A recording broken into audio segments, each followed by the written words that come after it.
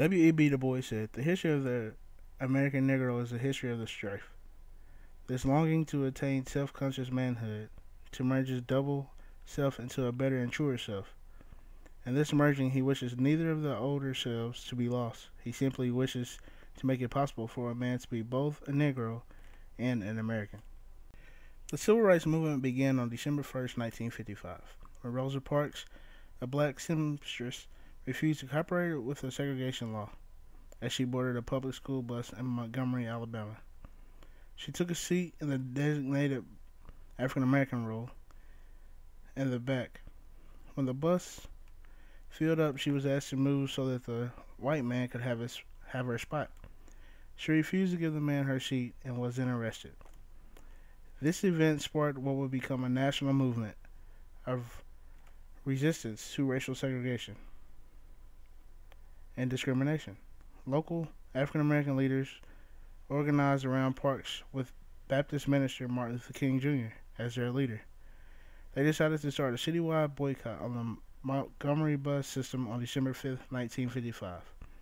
The boycott lasted 382 days and ended only when the case had reached the Supreme Court, which ruled that segregation on buses was unconstitutional against the law. This marked the first momentous victory of the Civil Rights Movement. In January of 1957, Martin Luther King, Charles K. Steele, and Fred L. Shuttlesworth established the Southern Christian Leadership Conference, of which King is made the first president. In September of 1957, formerly all-white Central High School learns that integration is easier said than done.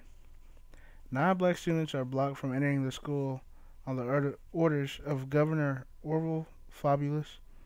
President Eisenhower sends federal troops and the National Guard to intervene on behalf of the students, which later became known as the Little Rock. On October 1st, 1962, James Meredith became the first black student to enroll at the University of Mississippi. Violence and riots surrounding the incident caused President Kennedy to send 5,000 federal troops.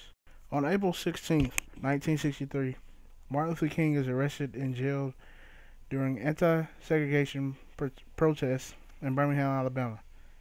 He writes his seminal letter from Birmingham jail, arguing that individuals have the moral duty to disobey unjust laws. On June 12th, Mississippi's NAACP field secretary, 37-year-old Medgar Evers, is murdered outside of his home. Byron D. La Beckwith is tried twice in 1964. Both trials resulted in hung juries. 30 years later, he is convicted for murdering Evers.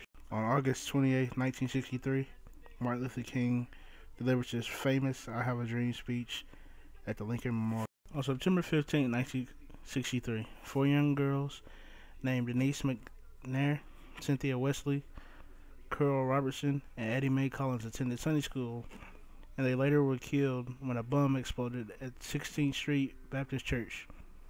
It was a popular location for civil rights meetings.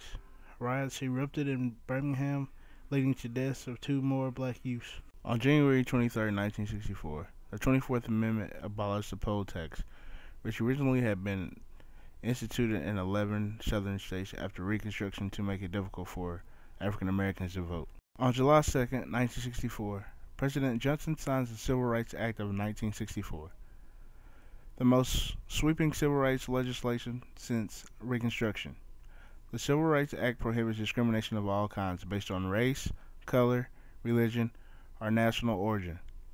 The law also prohibits the federal government with the powers to enforce desegregation.